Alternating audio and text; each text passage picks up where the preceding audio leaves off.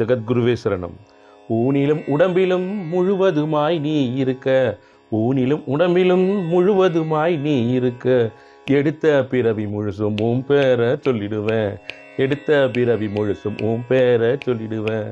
மறுஜென்மம் கொடுத்தாலும் 7 பிறவி எடுத்தாலும், மறுஜென்மம் கொடுத்தாலும் 7 பிறவி எடுத்தாலும், சுவாசம் என்றும் சொல்லிடுமே ஜெகத்குருவே சரணம் என்று, சுவாசம் என்றும் சொல்லிடுமே ஜெகத்குருவே சரணம் என்று. எங்க குரு ராசா நீ தங்க குரு ராசா, எங்க குரு ராசா நீ தங்க குரு ராசா.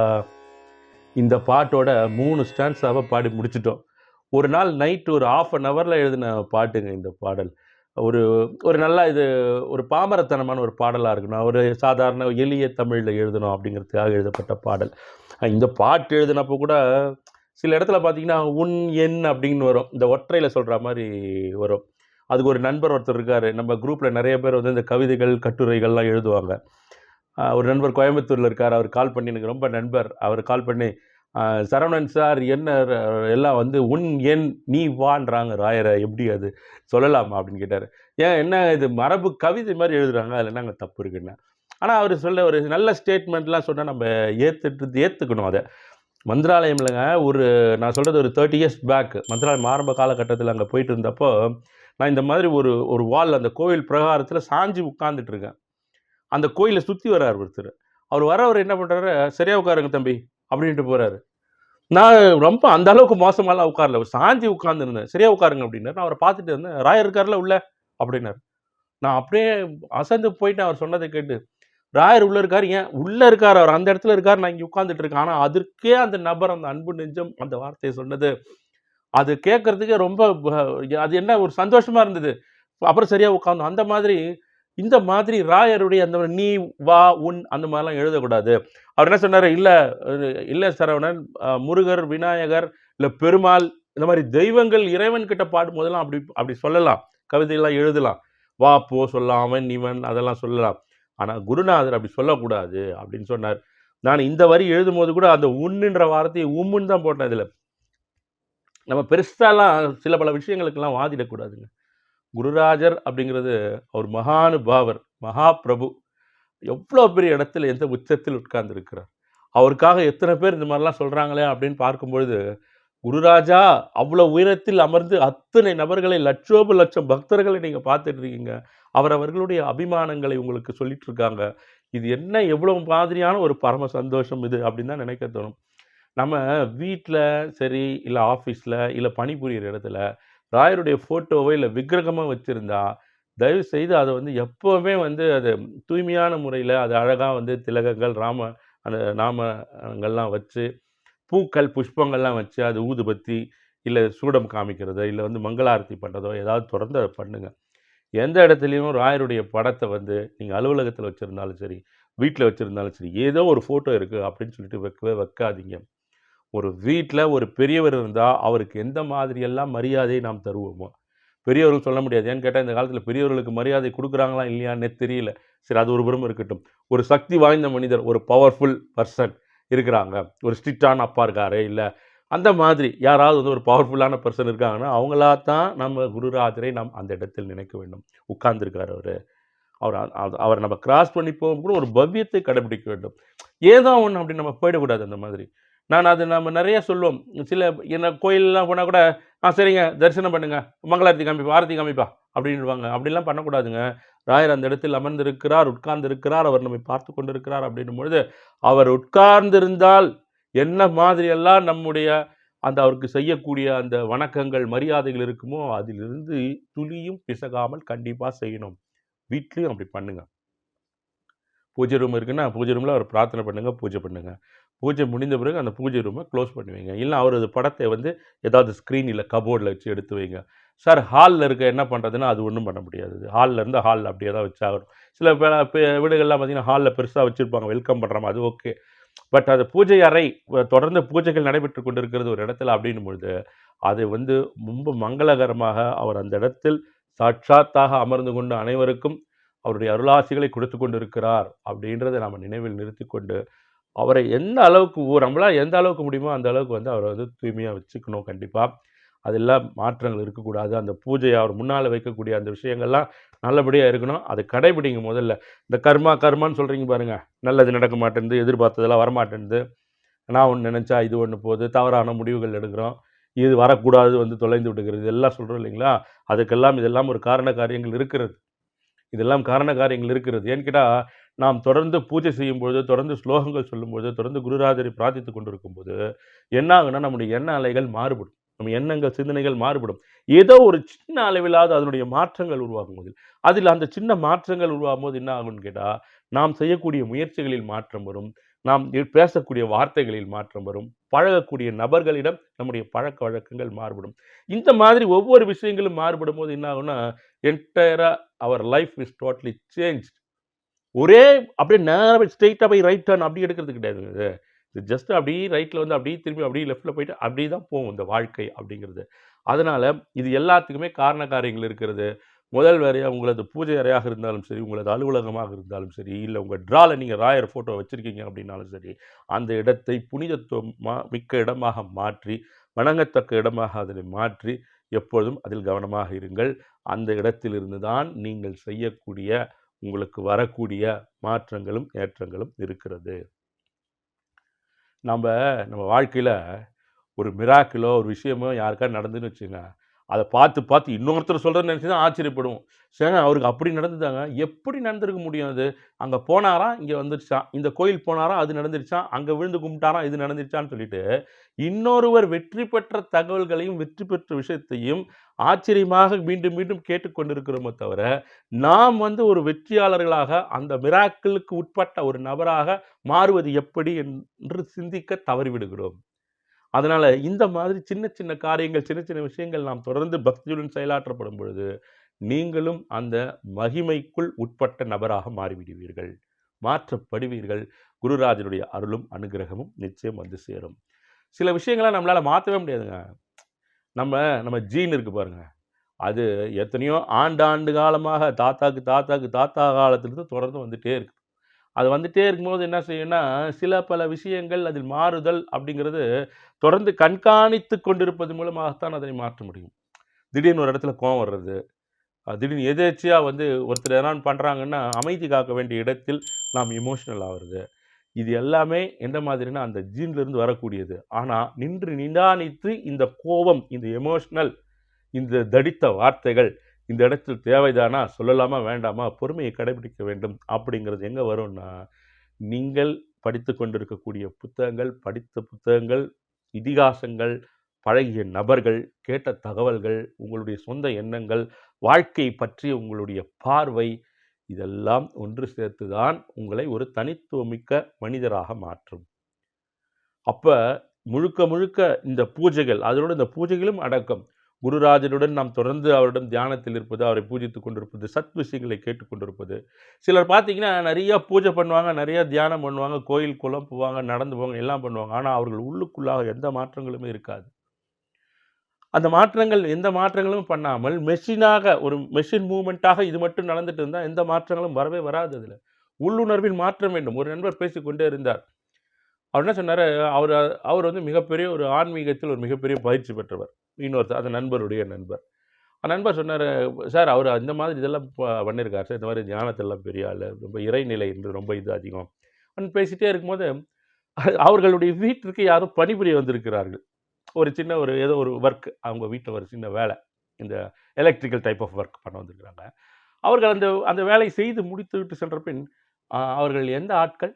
அப்படிங்கிற மாதிரி அவர்கள் தனித்துவமிக்க அவர்கள் எந்த வகுப்பை சார்ந்தவர்கள் என்பதை தொடர்புபடுத்தி ஒரு கேள்வியை கேட்டிருக்கிறார். அப்ப இவர் இந்த கேள்வியை கேட்கிறது ஒரு பக்கம் இருந்தா கூட, இன்னொரு பக்கம் அவர் மிகப்பெரிய இதெல்லாம் முடிச்சு அவர் எதுவுமே இல்ல அப்படின்னு சொன்னா நம்ம இந்த விஷயத்த நம்ம டிஸ்கஸ் பண்ண போறதில்ல. ஆன்மீக சம்பந்தமா அவர் நெறைய பயிற்சிகள் பண்ணியிருக்காரு, இத பண்ணியிருக்காரு, அத பண்றாரு, கண்ண மூடுறாரு, தியானத்துல நிக்கிறார். இதெல்லாம் ஓகே. இதெல்லாம் சொல்லிட்டு 4 பேருக்கு சொல்லிக் குடுக்குறார். இதெல்லாம் சரி. இதெல்லாம் செய்துவிட்டு அவங்க வீட்டுக்கு பணிபுரிய வந்த ஒருத்தர, இவர் எந்த வகுப்பை சார்ந்தவர் அப்படின்னு கேட்கிறாருன்னா, நாம இங்க சொல்றதெல்லாம் எக்ஸ்பெரிமென்ட் தான். இது ஒரு உதாரணம்.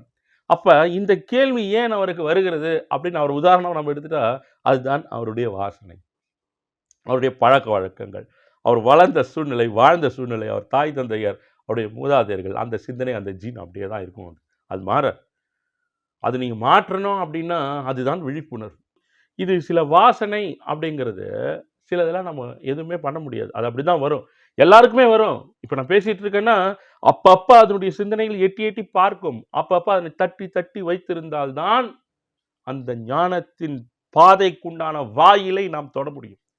இல்லை என்றால் மரணத்தின் வாயில் சென்று விழுந்து விட வேண்டியதுதான். முடிஞ்சிருச்சு. இன்னும் நிறைய பேர் வர வேண்டியவங்களாம் இருக்காங்க இங்க. நாமளே வந்து இங்க உட்கார்ந்துட்டு இருந்தா எத்தனை நாளைக்கு இங்கே உட்கார்ந்துட்டு இருக்கிறது? கடவுள் உங்களுக்கு ஒரு டைம் குடுத்தாரு. வாங்க போய் வாழ்ந்துட்டு வாங்கன்னு சொல்லி அனுப்பி வைக்கிறாரு.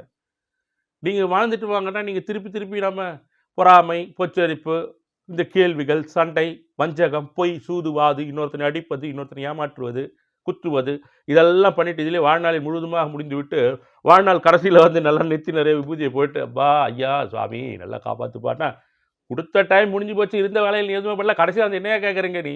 அதுதான் கடவுள் கேட்பார் கண்டிப்பா, டெஃபினட்டா. இன்னும் வர வேண்டிய எவ்வளோ பேர் இருக்கான். கிளம்பி போங்க, போங்கம்மா, போங்கப்பா, முடிஞ்சு போச்சு. அப்புறம் பார்க்கலாம், போயிட்டு வாங்க.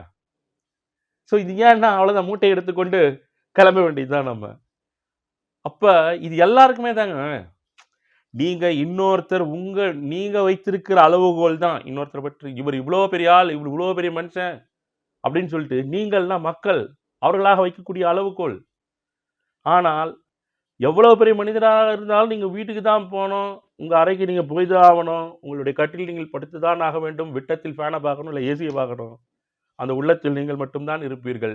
இறுதியில் நீங்கள் கை குலுக்கக்கூடிய நபரும் ஒரு நாள் வருவார்.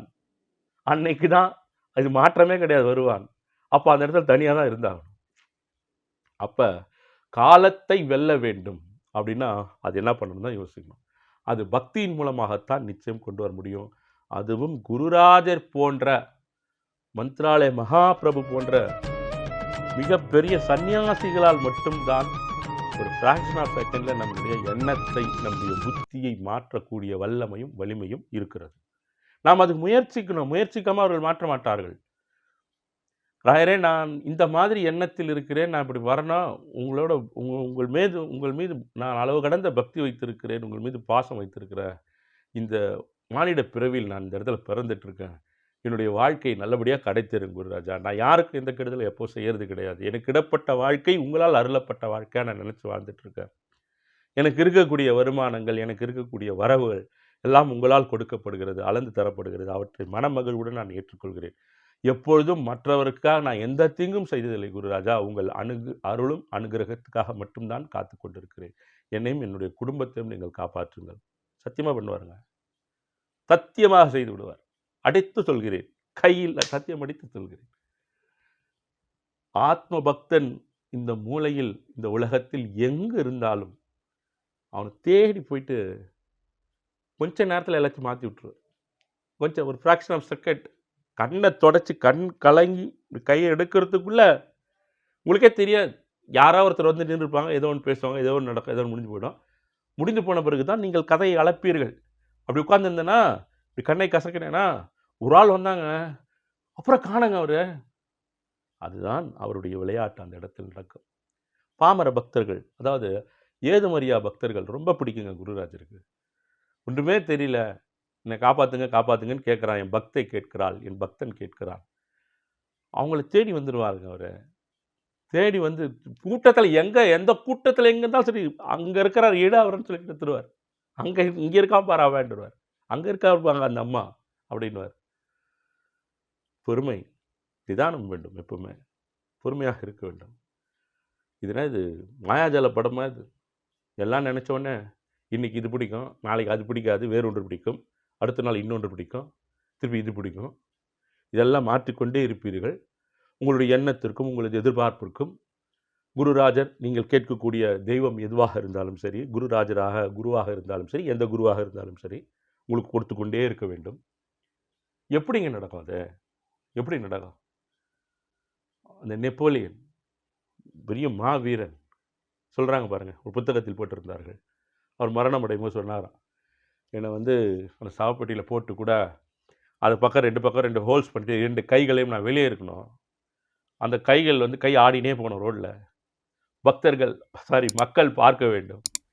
இவ்வளோ பெரிய சாம்ராஜ்யத்தையும் இவ்வளோ பெரிய விஷயத்தையும் அடித்து எடுத்த வென்ற நெப்போலியன் எப்படி போராடுப்பார் வெறுங்கையோட அப்படின்னு சொல்லிட்டு இந்த உலகம் தெரிந்து கொள்ள வேண்டும். அப்படின்னு சொன்னாராம் அவர். அவ்வளோதான். நெப்போலியனே அந்த கதின்னா, நல்லா ஒர்க் பண்ணணுங்க, நல்லா ஜெயிக்கணும், மற்றவர்கள் பார்த்து அதை போறார் பாருங்க, அவர் இவ்வளோ பெரிய ஆளுங்கன்னு சொல்லணும். அதெல்லாம் எந்த குறையும் கிடையாது. அந்த உண்மையான உழைப்பு, உண்மையான தேடுதல், உங்கள் உழைப்பின் மூலமாக மற்றவர்களுக்கு உதவி, வேலைவாய்ப்பு, பல்வேறு குடும்பங்களுடைய முன்னேற்றம், இதெல்லாம் நீங்கள் முயற்சி செய்து உழைத்து கொண்டு இருக்கிறீர்கள் அப்படின்னா சத்தியமாக குருராஜருடைய அருளும் அனுகிரகமும் உங்களுக்கு முன்னால் அந்த இடத்திலிருந்து அதை வழிநடத்தி சொல்லும். அதெல்லாம் நம்ம போகக்கூடாதுன்னு சொல்ல வரல, அதெல்லாமே போகலாம். ஆனால் நாம் போக போக அந்த பட்டம் உயர பறந்தாலும் அந்த நூலின் நுனி குருராஜருடைய கரங்களில் இருக்கிறது என்பதை மறக்கவே கூடாது. பட்டம் மேல் ஏறியான்னு நாம் மறந்து விடுகிறோமே, நாம் மறந்து போகிறோம்ல, மயக்கமாகி விடுகிறோம். மறந்து கூட போவதில்லை, மயக்கமாகி விடுகிறோம். மயக்கமாயிட்டு என்ன பண்ணுறோன்னே தெரியறதில்லை. அடி பலமாக விழுந்தால்தான் தெரிகிறது, அடடா நாம் இவ்வளோ நாள் மயக்கத்தில் இருந்தேன்டா. இது ஆன்மீகவாதிகளாக இருந்தாலும் சரி, லௌகிகவாதிகளாக இருந்தாலும் சரி, யாராக இருந்தாலும் சரி, எல்லாருக்குமே பொதுதான் இந்த இடத்துல. அதுதான் விழிப்புணர்வு வேண்டும், கவனம் வேண்டும். முதல்ல இந்த பதிவில் நாம் தெரிஞ்சுட்டது என்னென்னா, குருராஜர் இருக்கக்கூடிய இடத்தை எப்பொழுதும் மங்களகரமாக, எப்பொழுதும் தூய்மையாக, எப்பொழுதும் வணக்கத்திற்குரிய வணங்குதலுக்குரிய இடமாக, சின்ன இடமா இருந்தால் கூட அந்த மாதிரி எப்போவுமே வச்சுருங்க. எப்போவுமே அவருக்கு புஷ்பங்கள் வையுங்கள் அந்த இடத்துல. அவர் ட்ரால் அவரை வச்சுருக்கீங்கன்னா கூட ட்ராவில் பூ வைங்க. அவர் இருக்கக்கூடிய இடம் சுபிக்ஷம் கொடுக்கக்கூடிய இடமாக மாற்றப்பட வேண்டும் எப்பொழுதுமே. அதற்கு நீங்கள் அவரை அந்த அளவு அவரை நாம் வழிபட வேண்டும். அந்த இடத்துல வச்சு அனைத்துமே மாற்ற முடியும். கண்டிப்பாக மாற்ற முடியாதது என்பது எதுவுமே கிடையாது. நிச்சயமாக 100% நம்முடைய வாழ்க்கை, நம்முடைய எதிர்காலம், எதிர்பார்ப்பு அனைத்தும் இப்பொழுது இருப்பதை விட 100 மடங்கள்ல 1000 மடங்கு மாற்றுவதற்கு உண்டான அத்தனை சாத்தியக்கூறுகளும் குருராஜரின் பொற்கரங்களில் இருக்கிறது. அந்த சாவி அதை எப்படி பெறுவது அப்படிங்கிறது பக்தனாகிய பக்தியாகிய உங்கள் அனைவரின் கைகளில் தான் இருக்கிறது. அதை வாங்கிவிடலாம். நிச்சயமாக நாம் அவர் மீது செலுத்தக்கூடிய அந்த அன்பின் மூலமாக, அந்த பக்தியின் மூலமாக, நீரே கதி அப்படின்னு சொல்லிட்டு அவர் காலை பற்றுவதன் மூலம் நாம் செய்கின்ற ஒரு செயல்களும் அவர் முன்னின்று பார்த்து சந்தோஷப்பட வேண்டும். நம்ம பக்தன் இப்படி பண்ணுறான், நம்ம பக்தன் இப்படி பண்ணுறா அப்படின்னு சொல்லிட்டு அவர் சந்தோஷப்படணும். நீங்கள் யோசித்து பாருங்கள், நீங்கள் செய்த எத்தனை செயல்களுக்கு அவர் பார்த்து ஃபிசிக்கலாக பார்த்து சந்தோஷப்பட்டு இருப்பார், எத்தனை செயல்களுக்கு அவர் பார்த்து முகம் திரும்பி இருப்பார் அப்படின்னு யோசித்து பாருங்கள். முகம் திரும்புகின்ற எந்த காரியங்களையும் செய்யாதீர்கள். நாம் செய்யக்கூடிய அத்துணை காரியங்களையும் குருராஜர் பார்த்து கொண்டிருக்கிறார். அவர் சந்தோஷப்படுவார். நம்ம பக்தம் பண்ணியிருக்கா, நம்ம பக்தம் பண்ணியிருக்கா, நம்ம பக்தன் இன்னைக்கு கொண்டு போயிட்டு என்னுடைய பிறந்த நாளில் ஒரு மருத்துவமனைக்கு சென்று அன்று பிறந்த குழந்தைகளுக்கு என் நினைவாக நினைவு பரிசுகளை கொடுத்தானே, ஒரு அன்பளிப்பு கொடுத்தானே பக்தன், யாரையா அவன், எங்கே இருக்கான் அவன்? தேட மாட்டார் கண்டிப்பாக. யோசிச்சு பாருங்க. ஒரு வயதானவருக்கு ஒரு ஒரு வண்டி வாங்கி கொடுத்தாரு, அவருக்கு ஒரு போர்வை வாங்கி கொடுத்தாரு குளிர்காலத்தில், எங்கேயா இருக்கும்? தேட மாட்டாரா குருராஜர்? இதுதாங்க, இந்த மாதிரி விஷயங்கள்லாம் அவரை சார்ந்து, அவருக்குட்பட்டு, அவருக்கு பிடித்தமானவைகளாக நாம் செய்ய வேண்டும். இதில் அதான் விஷயமே. நாம் அவர் வழி வந்து விட்டோம், அவரை தொடர்ந்து நடந்து கொண்டிருக்கிறோம். நீங்கள் கோயிலுக்கு கொடுக்குறீங்க, அது பண்ணுறீங்க, அதெல்லாம் இங்கே வராது, அதெல்லாம் எடுத்து தனியாக வைங்க, அது கிடையாது.